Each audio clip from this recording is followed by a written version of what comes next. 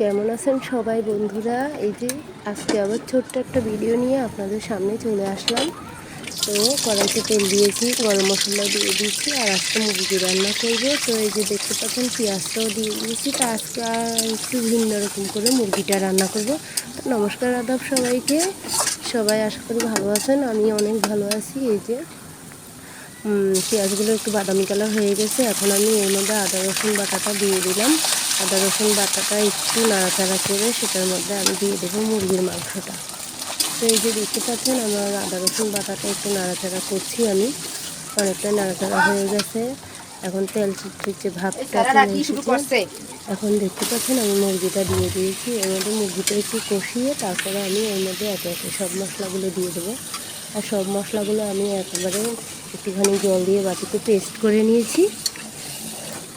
তো পেস্টটা করে নিয়ে সেই মুরগির মাংসটার মধ্যে আমি দিয়ে দেবো। আর এখন দেখতে পাচ্ছেন আমি কষাচ্ছি, একটু ঢাকা দিয়ে দিয়েছি, সামান্য জল ছেড়েছে।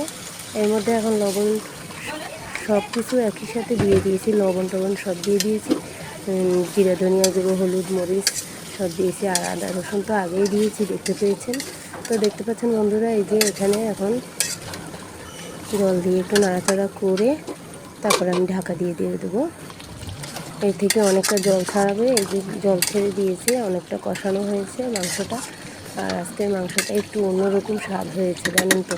এটা খাওয়ার পরে ভিডিওটা অবশ্য দিয়েছি, এই জন্যই বলে দিয়েছি যে মাংসটা খুবই স্বাদ হয়েছে, খুব ভালো লেগেছে।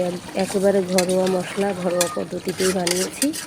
এরকম মাঝে মধ্যে আমি একটু ঘুরিয়ে ফিরে রান্না করার চেষ্টা করি, যাতে ভালো লাগে সবার কাছে। আর প্রতি সপ্তাহে তো মুরগিটা খাওয়াই হয়, এই জন্য সবসময় স্বাদও লাগে না একই রকমভাবে।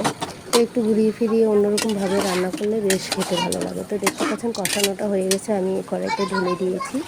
এখন আমি জল দিয়ে দেবো এর মধ্যে। তো জলটা দিয়ে আমি ঢাকা দিয়ে রেখে দেবো মুরগিটাকে।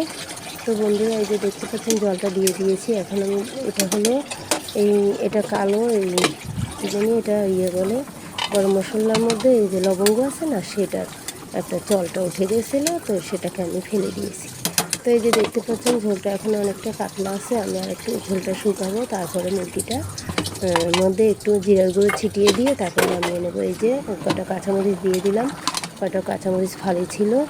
আর এখন দেখুন মুরগির মাংসটা হয়ে গেছে, আমি এখন নামিয়ে দেবো। এই যে আলুগুলো খুব সুন্দর সিদ্ধ হয়ে গেছে।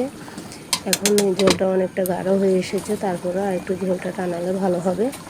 তো এই যে ফাইনাল লুক চলে এসেছে। এখন আমি মাংসটাকে নামিয়ে দেবো বন্ধুরা। এই যে দেখতে পাচ্ছেন জিরার গুঁড়ো ছিটিয়ে দিয়ে দিয়েছি। তো নমস্কার, আদাব, সবাই ভালো থাকবেন। আজ এই পর্যন্ত, পরবর্তী ভিডিওতে আবার দেখা হবে আপনাদের সাথে। সেই পর্যন্ত সবাই সুস্থ থাকুন, ভালো থাকুন, আমার সঙ্গেই থাকুন।